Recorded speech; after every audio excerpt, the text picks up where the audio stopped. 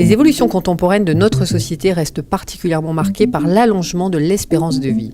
Par rapport à nos grands-parents, nous bénéficions à la naissance de 30 années de vie supplémentaires. Ce sont environ 3 heures gagnées par jour que nous utilisons principalement au loisir et au repos.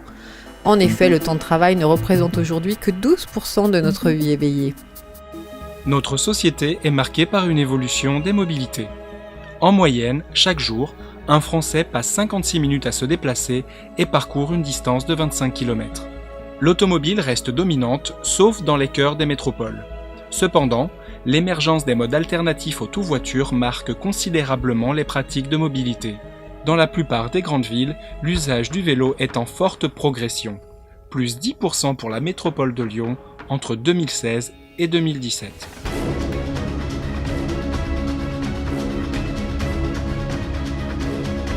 Au-delà de cette mobilité des personnes, la société se caractérise aujourd'hui par une multitude de mobilités touchant des domaines de la vie très diversifiés.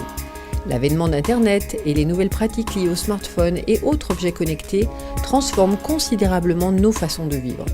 L'explosion des réseaux sociaux et l'accès à l'information intelligente et adaptative partout, à tout moment et à tout âge, créent une véritable mobilité virtuelle. La société est également marquée par la mobilité professionnelle. Les carrières ne sont plus linéaires. En moyenne, un CDI dure un peu plus de 12 ans. Le travail tend à devenir nomade, favorisé par le télétravail et les phénomènes de coworking. Ces mouvements impactent naturellement le marché du logement. En moyenne, 52% des Français ont déménagé au cours des 10 dernières années et 12% ont déménagé en 2017. Cette mouvance touche également la vie affective des individus. Statistiquement, nous changeons de partenaire tous les 8 ans, créant ainsi une forme de mobilité amoureuse. Ces multiples évolutions induisent de nouveaux rapports au temps et à l'espace. La vie s'allonge, se séquence, se déstandardise. Nos vies sont marquées par une succession d'expériences qui se superposent. Les 2/3 des Français travaillent dans une autre commune que celle de résidence. C'est ainsi qu'apparaissent des phénomènes de multi-appartenance, avec des usages nombreux et variés des territoires. On peut habiter dans un endroit, vivre dans un autre et travailler ailleurs. Parallèlement, une grande attention est accordée à la qualité du cadre de vie.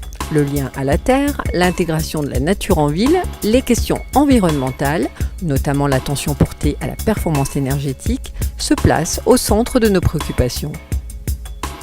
Face à ces mutations profondes, les valeurs dominantes se transforment progressivement. On assiste à une montée en puissance de l'usage qui tend à primer sur la possession. Avec l'ubérisation de la société et le développement d'Airbnb, profiter de quelque chose devient parfois plus important que de l'acquérir. Le phénomène d'adhésion volontaire marque également notre société. L'individu devient acteur. Dans la vie familiale, professionnelle ou personnelle, nous souhaitons davantage suivre nos choix que subir des contraintes qui nous seraient imposées. La structuration des ménages se reconfigure. Leur taille diminue progressivement tandis que le nombre de personnes seules est en forte progression. Un logement sur 2 en ville est occupé par une personne vivant seule. Par ailleurs, l'autonomisation des jeunes est de plus en plus tardive. En moyenne, ils quittent le nid familial à 24 ans. La géométrie des ménages peut évoluer tout au long de la vie. Les jeunes effectuent souvent un retour au domicile parental en cas d'accident de vie. Et la porte reste ouverte pour accueillir et prendre en charge un parent âgé dépendant. Si la cellule familiale classique reste la forme dominante, la notion de famille évolue et se redessine. Aujourd'hui, un mariage sur 2 aboutit à un divorce. Ces séparations génèrent de nouvelles formes de famille. On parle ainsi de familles monoparentales ou recomposées, voire même de familles en recomposition multiple lorsque chaque membre du couple est parent d'une précédente union. Quelle que soit leur configuration, la notion de famille se renouvelle et s'élargit désormais à d'autres réalités sociales et sentimentales.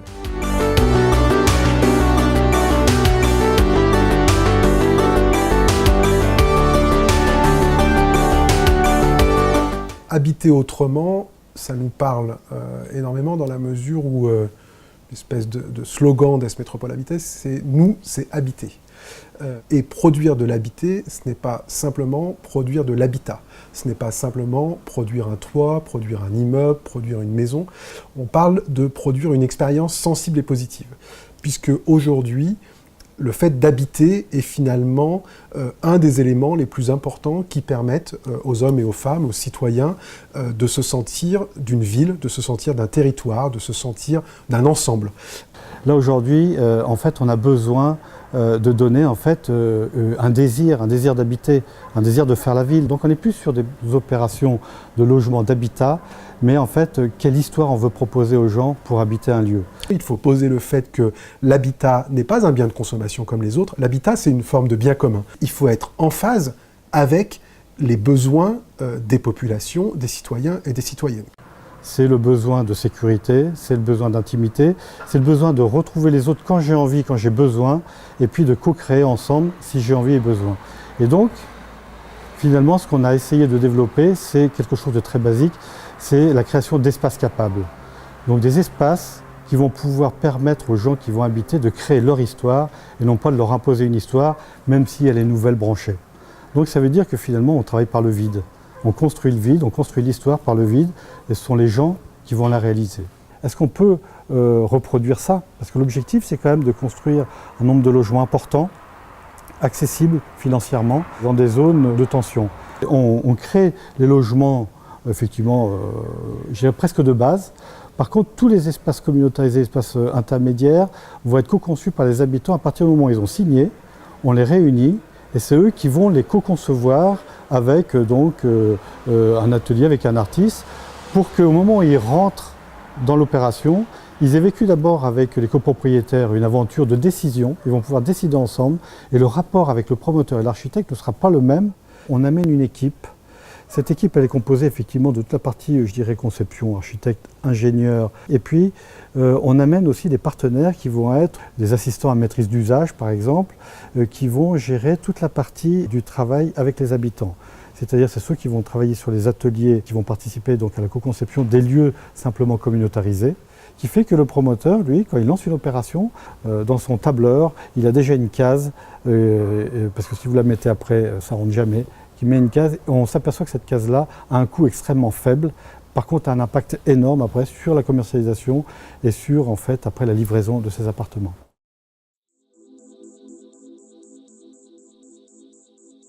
L'opération des Hautes-Feuillées, effectivement, qui a été lancée il y a 10 ans, qui était très en avant, c'est la première opération en fait de promotion de logement passif, avec objectif 90 € par an de chauffage et ventilation, c'était très ambitieux. Et en fait, cette opération nous a montré d'ailleurs peut-être ce qu'il ne faut plus faire, mais surtout ce qu'il faut continuer à faire.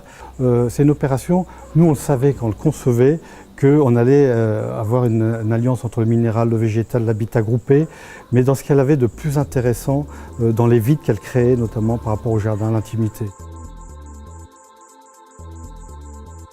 À Lyon 8e, sur l'ancienne clinique Saint-Vincent, donc c'est une opération où il y a 600 logements avec maison de personnes âgées, résidence étudiante, logement social, crèche, enfin, tout un ensemble. Et la volonté, c'était de se poser vraiment la question de savoir quelle vie on va pouvoir proposer sur ce lieu-là. Et donc on est sur un territoire où on est en entrée de gamme, moyenne gamme, vous voyez, donc c'est une opération courante. Et là justement, toute l'idée a été de repartir sur l'histoire d'abord du quartier, de savoir comment on allait s'intégrer pour que les espaces communautarisés qu'on va créer, par montée d'escalier, qu'on appelle des tribus, chaque tribu en fait va raconter son histoire à travers ces lieux partagés. Donc ça va être les toitures, est-ce qu'on fait une toiture végétalisée, accessible? Si elle est accessible, est-ce que c'est un jardin de représentation? Voilà. Tous ces éléments-là sont mis en place, ces discussions. Les halls d'entrée, est-ce qu'ils veulent une bibliothèque hall d'entrée? Enfin, voilà. Donc on propose des différentes solutions et on va les concevoir avec eux. C'est une prise de conscience que l'architecte comme le promoteur a dans ses enjeux en fait, de société en fait, un vrai rôle. Et que finalement ça ne s'arrête pas au moment où on livre, mais qu'il faut voir ce qui se passe après parce qu'on est responsable de la vie qui va avec nos opérations. Notre métier a beaucoup changé. Donc on ne doit plus être des architectes qui répondent aux besoins, mais qui créent des désirs.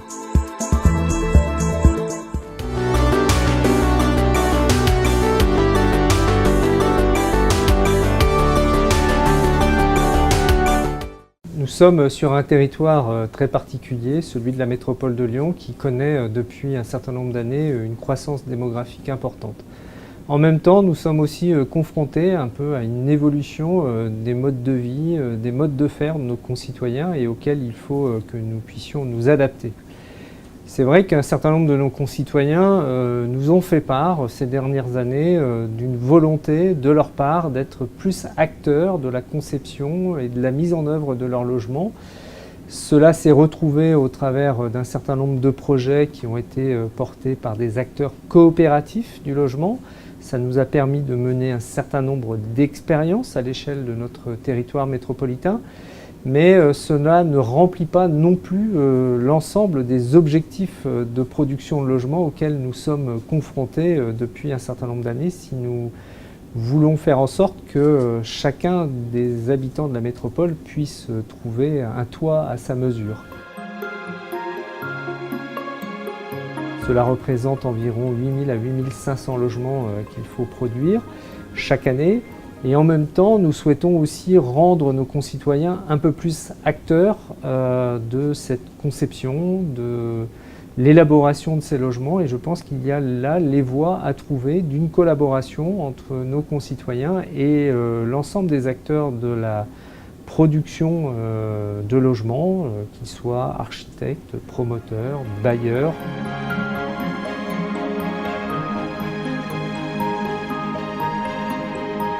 Nous avons à progresser à l'échelle de notre territoire et de faire en sorte que, notamment au travers d'un certain nombre d'expériences issues du montage d'opérations réalisées par le tissu coopératif, nous puissions capitaliser sur ces expériences et de faire un peu évoluer notre modèle de production pour faire en sorte que l'ensemble des logements que nous produisons soient aussi plus adaptés aux attentes et aux évolutions des besoins de nos concitoyens en la matière.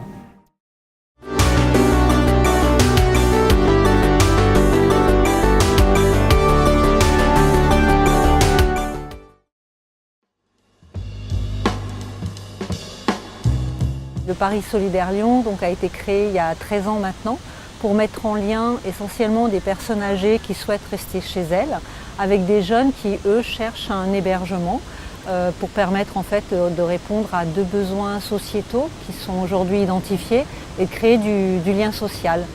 Quand l'association a été créée, on a démarré avec 2 binômes et l'année dernière, on en a eu 60. Donc aujourd'hui, effectivement, c'est vraiment un projet qui est pérenne et en constante évolution. Notre rôle, c'est vraiment d'accompagner la cohabitation et de faire en sorte de trouver des profils concordants. Donc il y a vraiment un travail de rencontre et d'étude de chaque candidat et de les accompagner sur la durée, tout en veillant à ce que chacun respecte les valeurs du vivre ensemble. Lors d'un entretien qu'on a avec les jeunes, on essaye de comprendre un petit peu son mode de vie, ses motivations, de parler avec lui du côté contraignant que ça peut avoir et vraiment de l'aider à choisir la bonne formule, parce qu'il ne s'agit pas de trouver un bon plan pour se loger pas cher, puisqu'en face, il y a une personne qui propose un hébergement, mais qui est en attente d'une certaine contrepartie. Ça peut être gratuit, en contrepartie d'un engagement de présence le soir et la nuit. Donc là, il y a vraiment une notion d'engagement pour le jeune. Mais on a également des personnes qui vont proposer un loyer modéré, et ce qui fait que le jeune sera plus autonome. Il n'est pas question pour le jeune d'apporter un soin, de remplacer une aide à domicile, mais vraiment d'être sur une présence bienveillante, de pouvoir partager un repas avec la personne le soir, de discuter. On est vraiment sur une notion de lien social. On voit l'ouverture d'esprit que ça peut apporter chez des personnes qui au départ pouvaient être hostiles et se rendent compte effectivement des bienfaits du relationnel. Il y a 2 ans, on a une senior qui est allée au Japon voir l'étudiante qu'elle avait hébergée l'année précédente. Donc c'est une belle rencontre.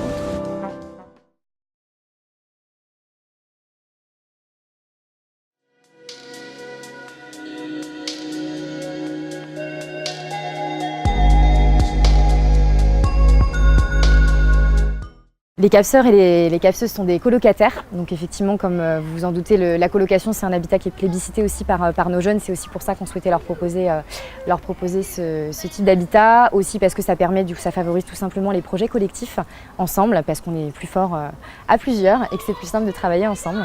On ne reste pas dans son cercle d'amis ou de famille, donc on apprend à rencontrer chaque jour des gens et ça moi ça me botte. L'aspect novateur dans ce quartier et surtout le fait qu'on propose à des étudiants en fait, de vivre autrement et d'habiter un logement tout en s'investissant en fait, sur leur quartier. Moi, ce que je trouve intéressant, c'est de pouvoir mettre en place des projets ou de perpétuer ceux qui existent déjà avec en fait, un appui légitime en fait, d'une association. Je pense qu'on répond aux besoins de logement des jeunes. En fait, on permet, je pense, cette conjugaison entre le besoin de logement et l'envie d'engagement du coup, au sein d'un quartier, au sein d'un territoire en fait, d'habitation. Et également, on répond plus largement, je pense, à un besoin aussi inhérent, j'allais dire, à la fonction des bailleurs sociaux, qui est la mixité sociale aussi, et la mixité des publics. Ici, sur le quartier du Tonkin, on est sur des projets qui a trait au développement durable. Donc, par exemple, les CAPSeurs ont développé un jardin partagé et animent de manière hebdomadaire un compost auprès des habitants. Alors pour généraliser, je pense, cette offre, il y a le soutien de toute façon à des collectivités territoriales qui me semble indispensable aussi dans la mesure où elles ont cette compétence aussi en matière d'aménagement urbain. Plus généralement, soutien que nous avons aujourd'hui grâce à la métropole de Lyon qui nous soutient à la fois sur le développement durable et sur la politique de la ville. Ça nécessite quand même, mine de rien, d'adapter, je pense, quand même le système institutionnel des bailleurs sociaux.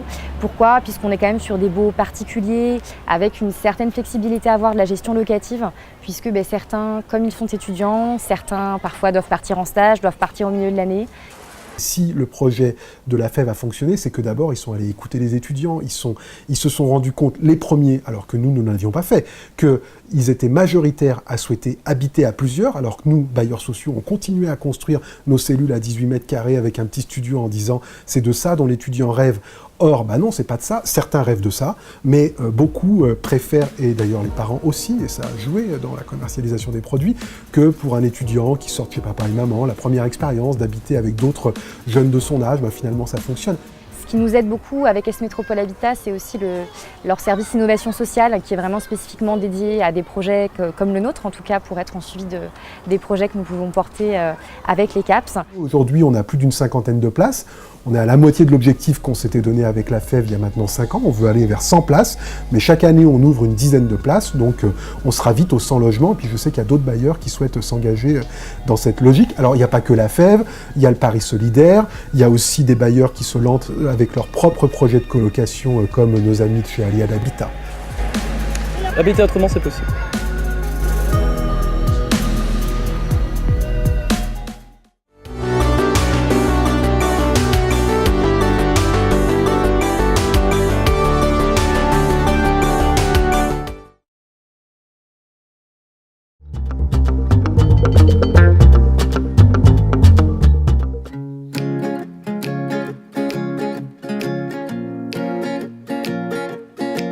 Ce colloque, c'est 500 logements jeunes et étudiants sur la métropole. Ici, à Berthier, vous êtes sur l'espace de vie de 35 colocataires citoyens qui, pour le côté innovant, vivent dans des espaces qui ont été prévus avec du mobilier modulaire. Du mobilier qu'ils vont pouvoir adapter à leurs espaces de vie communs ainsi qu'à leurs espaces de vie privatifs.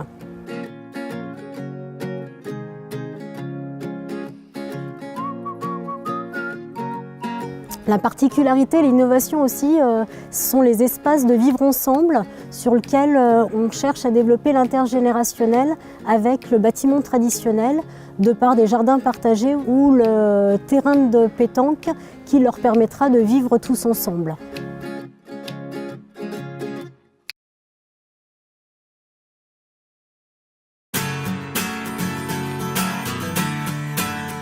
Le concept Chers Voisins, c'est une solution proposée par Réciprocité, Solar et le groupe Logement Français, associés dans une convention de recherche-action avec l'Université Lyon 3, qui se propose de travailler sur un triple défi sociétal qui est le vieillissement de la population, la baisse du pouvoir d'achat, parfois la paupérisation des personnes les plus fragiles, et le délitement du lien social. Il se trouve que Solar venait de réhabiliter une résidence importante à Saint-Germain-Mont-d'Or et que toutes les conditions semblaient réunies pour que la partie ingénierie sociale du concept puisse être appliquée. Grâce à ce partenariat, nous avons créé Chers Voisins et nous offrons à nos locataires sur nos territoires, à la métropole de Lyon, à Saint-Germain-Mont-d'Or, dans le Pays de Gex et à Aix-les-Bains, pour pratiquement 1200 familles, un nouveau mode d'habiter et qui permet en fait de transformer un petit peu le positionnement du locataire qui devient réellement acteur de son habitat plutôt que consommateur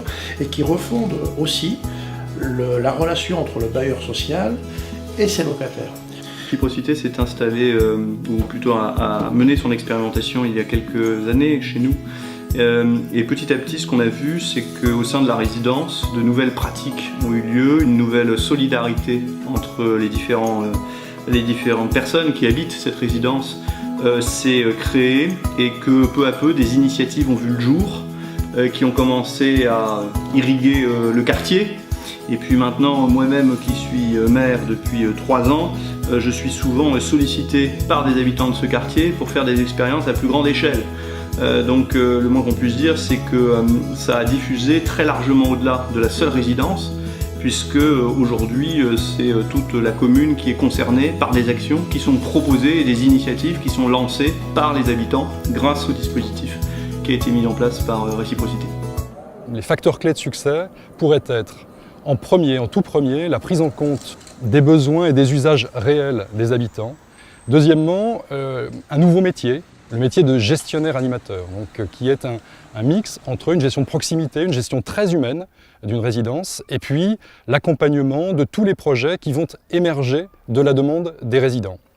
Ensuite, la maison des projets, c'est-à-dire un espace qui est devenu un véritable lieu de vie, qui accueille l'ensemble des projets, l'ensemble des activités, à la fois de la résidence, mais qui est également ouvert au quartier, ouvert à la commune, et qui permet ainsi de désenclaver la résidence de Saint-Germain en faisant participer le plus large public possible aux activités qui sont générées par l'association. Alors aujourd'hui, on a 52 familles de résidents qui adhèrent à l'association. On développe plusieurs projets, notamment le club sportif qui est animé par 2 référents. On a lancé ce club sport avec des règles et puis pour que ça fonctionne bien. Et par la suite, on a acheté du matériel un peu partout et puis du coup, maintenant, on a une salle de sport qui est assez complète. Le club jardin qui est également animé par 2 autres référents. Quand je parle de référents, c'est des résidents habitant sur les platanes. Un club bricolage qui a également son référent et un club plutôt festivité où on va développer des actions comme la fête des voisins, le vide-grenier, et voilà, de l'événementiel. La participation active de nos locataires à travers ces clubs, surtout le ménage et la prise en charge des espaces verts, leur font baisser réellement leurs charges. Au final, sur un an, ils font une économie d'un loyer net.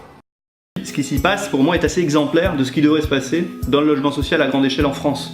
C'est-à-dire remettre de l'humain dans le logement social. Depuis le début, on considère que le logement social, finalement, ce sont des murs, des appartements qu'on crée et des gens qu'on met dedans.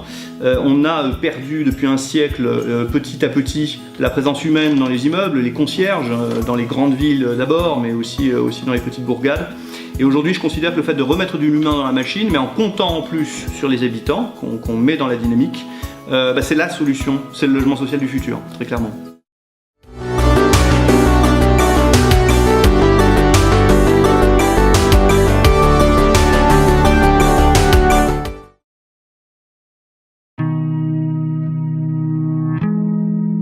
Le concept Appart Plus a été imaginé pour un programme que Nexity réalise à Bordeaux, dans le périmètre du projet Les Bassins à Flot.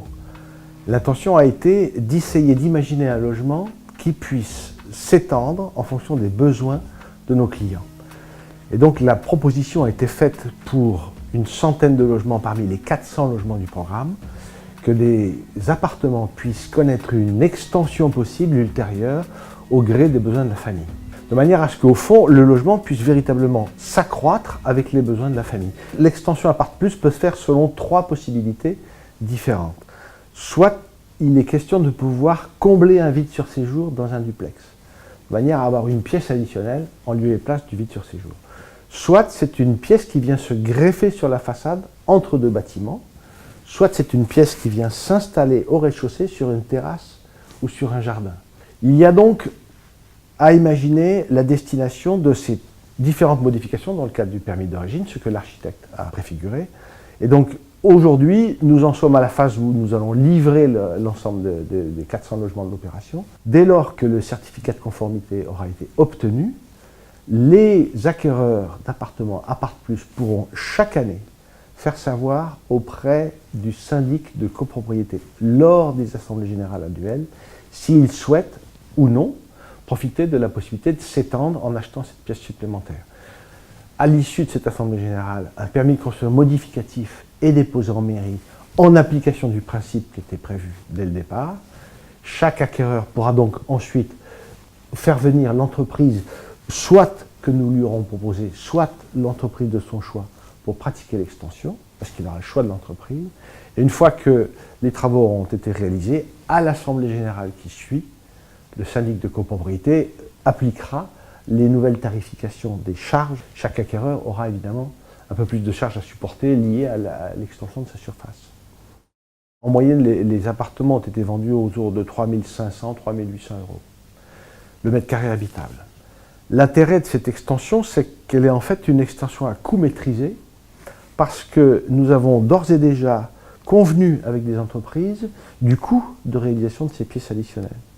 Ainsi, le comblement du vide sur séjour sera facturé 6 000 euros pour une emprise de 9 mètres carrés, et il est susceptible de coûter jusqu'à 18 000 euros pour l'agrandissement d'une pièce additionnelle, ce qui finalement rend la surface étendue extrêmement bon marché par rapport au prix d'acquisition. Et ça me paraît être un point important. Il est tout à fait envisageable de l'imaginer à Lyon et soyons heureux de pouvoir transporter le modèle de Bordeaux à Lyon parce que maintenant le process est parfaitement rodé.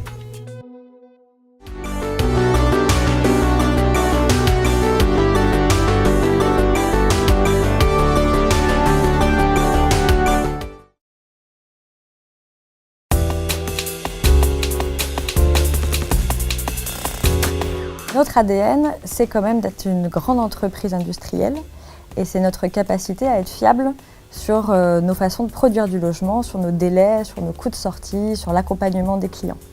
La difficulté dans ce mode de production, c'est être vraiment dans le sur-mesure, sans perdre la fiabilité de nos méthodes et de nos procédures. Aujourd'hui, la co-conception, c'est une des pistes pour mieux répondre à cette demande. Actuellement, nous travaillons avec Bouygues Immobilier sur le programme d'habitat collaboratif qui fait partie des îlots Solis sur la deuxième phase d'aménagement de la Confluence. L'opération Solis, c'est une partie d'un programme plus vaste qui est le démonstrateur urbain de Reka Confluence. Il s'agit d'un consortium de rassembler plein d'acteurs pour tester des nouvelles idées pour une ville plus durable. Dans ce cadre-là, un tout petit projet, le bâtiment en habitat co-conçu et en habitat participatif donc de Solis par Bouygues Immobilier. On commence tout juste le processus puisque l'appel à volontaires a eu lieu avant l'été. Les candidats sont retenus, alors bien sûr sur des questions d'éligibilité puisqu'on est dans du prix maîtrisé, donc c'est un programme qui est réservé à des ménages qui sont primo-accédants et qui sont susceptibles de répondre à toutes les conditions du prêt à taux zéro. Et une fois que leur dossier est éligible, ce qui nous intéresse, c'est de regarder leur motivation. Notre rêve, c'est d'avoir accès à la propriété. On serait des primo-accédants, on a envie d'être chez nous. Donc en fait, on a aménagé, mais dans une certaine mesure. Au bout d'un moment, même si on avait plein d'idées derrière la tête, on s'est arrêté parce qu'on n'est pas vraiment chez nous. Mais en fait, surtout parce qu'on a envie aussi de faire un espace exactement comme ici pour faire un autre paradis. Voilà, mais un paradis plus grand et un paradis qu'on pourra partager avec des gens qui en auront envie. Au lieu d'avoir 2 mètres carrés de tomates, et peut-être qu'on pourra avoir un vrai potager. Exactement. Tous ensemble. Les habitants, cette fois-ci, sont associés encore plus en amont au moment de la conception. Donc la structure est déjà là. Maintenant, il reste tout l'intérieur à définir. L'ensemble du rez-de-chaussée est consacré à des parties communes. Il y a un hall ouvert sur le jardin qui fait une 60aine de mètres carrés et 2 salles communes à l'usage à définir avec les habitants. Les logements sont desservis par des espaces extérieurs qui là aussi peuvent être aménagés. Et puis la terrasse sur le toit sera accessible. Et après, il y a le jardin commun à l'ensemble de la résidence dans lequel les habitants pourront s'impliquer. Les prix de sortie sur les opérations en co-conception et en participatif doivent être les mêmes que les autres opérations. Pour nous, la difficulté, c'est que c'est des mètres carrés qui n'iront pas dans du logement, donc c'est des parties communes importantes. La taille de l'opération va pouvoir absorber en fait cette différence. L'autre volet, c'est le temps passé. On espère que le temps passé à la co-conception en amont avec les habitants et ce temps de discussion avec eux facilite après tout le déroulé de l'opération et qu'on gagne beaucoup de temps en fait sur d'autres étapes. Alors les enjeux d'habiter autrement, aujourd'hui pour le groupe, Il y a deux demandes, celle de nos clients et celle de nos partenaires collectivités. Les deux nous poussent en fait à réinventer et à améliorer nos logements tous les jours.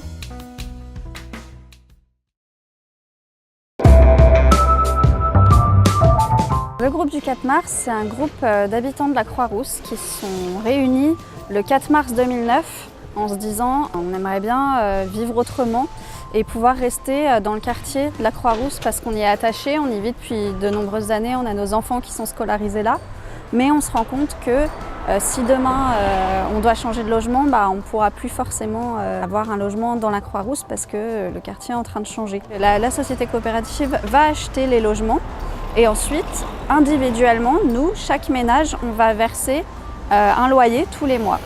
Le lieu aura un nom, on a décidé que l'immeuble s'appellerait le Cairn, donc du nom des petites pyramides de pierre qu'on fait pour se repérer quand on fait des randonnées par exemple, qui symbolise un petit peu le fait que chacun met sa pierre à l'édifice. Dans le Cairn, il y aura les habitants du groupe du 4 mars, donc qui sont les coopérateurs, qui seront 13 ménages, et il y aura 11 logements sociaux. Il n'y aura pas possibilité de différencier quel appartement appartient à qui. Donc dans cet immeuble, il y aura 24 logements, mais il y aura aussi des espaces communs, donc une buanderie, ce qui nous permet de ne pas avoir chacun une machine à laver chez nous. Il y aura une chambre d'amis, un bureau pour la coopérative, une salle commune pour faire des fêtes, des ateliers ou autres, et puis aussi un jardin partagé.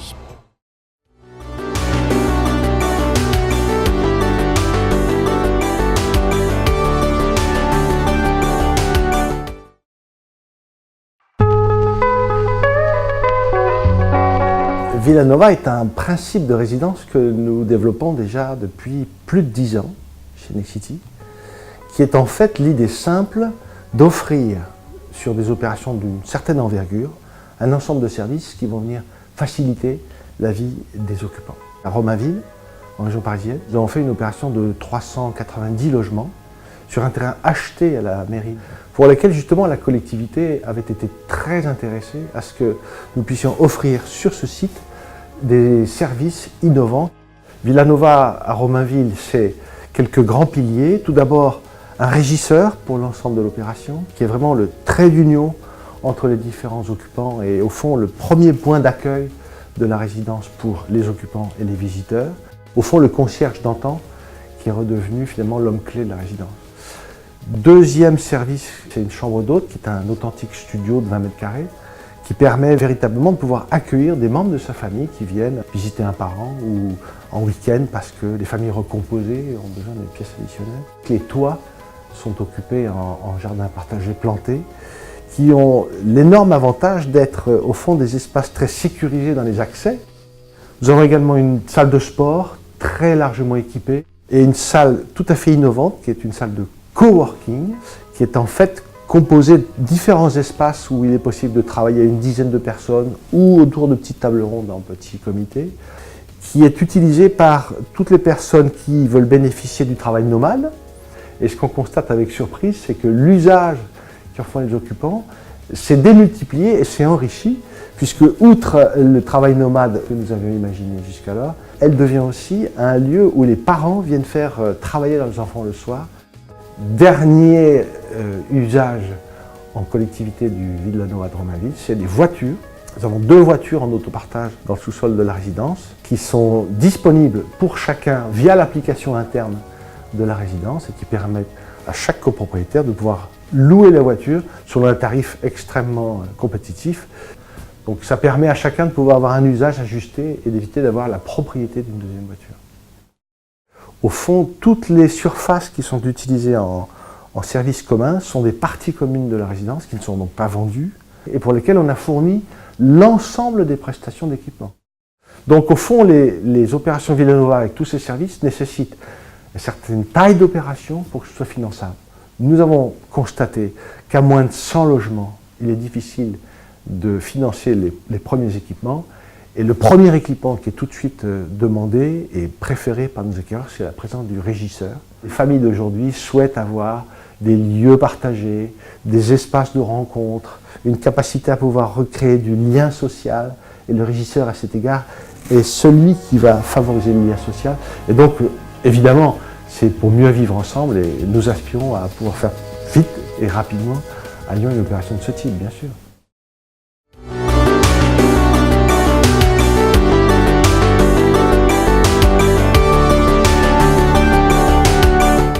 Habiter autrement, c'est un terme qui regroupe des tas d'initiatives ou d'envie de vivre autrement en fait. Le projet phare d'aujourd'hui est celui de la Part-Dieu, bien évidemment.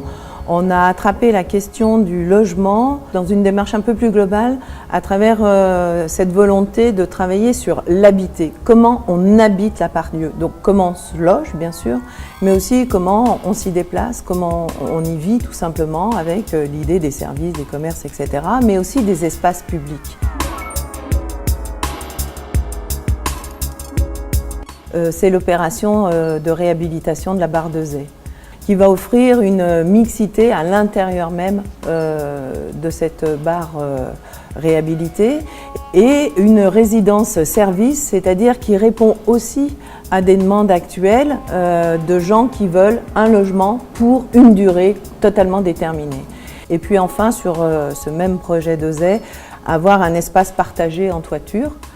Donc on verra, l'avenir nous dira comment cet espace va vivre, mais en tout cas c'est offrir la possibilité de partager des activités et des espaces aux nouveaux habitants.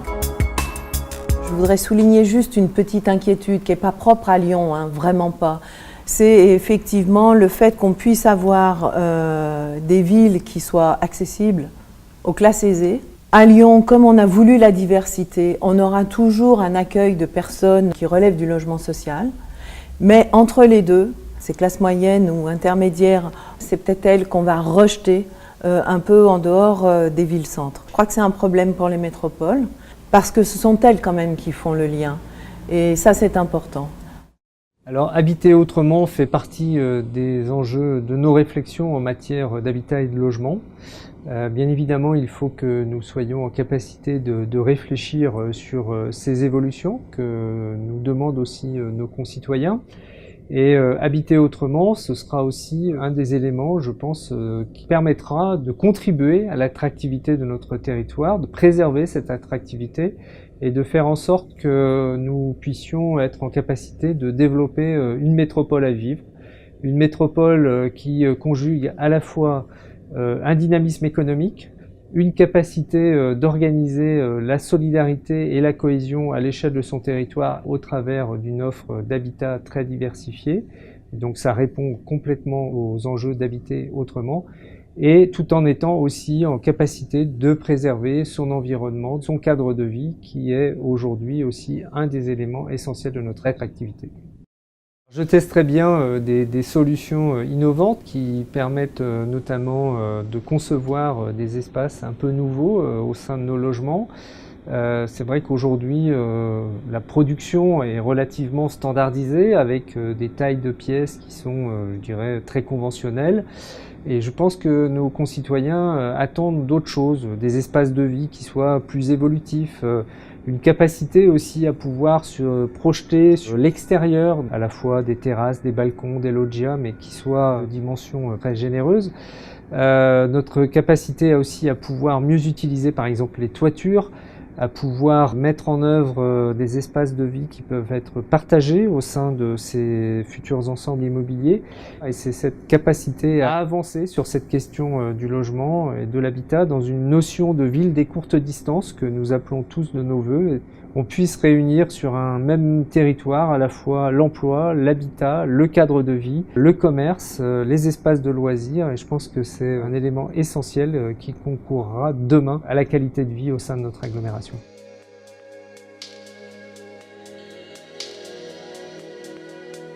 Je pense qu'il faut que nous soyons aussi en capacité de développer des projets qui sortent un peu de l'ordinaire et de développer de l'extraordinaire.